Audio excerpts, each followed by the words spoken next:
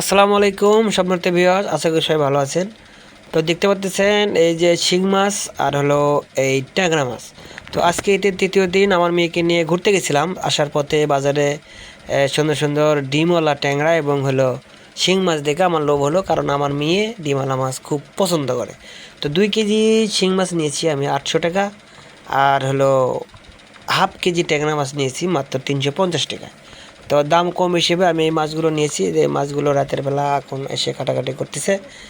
তো এই মাছগুলো অত্যন্ত ভালো, সে কারণে নিয়েছি। আমার 2 কেজি শিং মাছ পড়ছে 800 টাকা।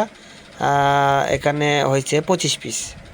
দেখেন আমার বিড়ালের ছানা নিচে কি সুন্দর খেলাচ্ছে, ওপরে বিড়ালের মা বসে বসে দেখতেছে। একটা আলাদা একটা মজা আসলে, যাদের বিড়াল আসে বাসায় তারা বুঝতে পারবে।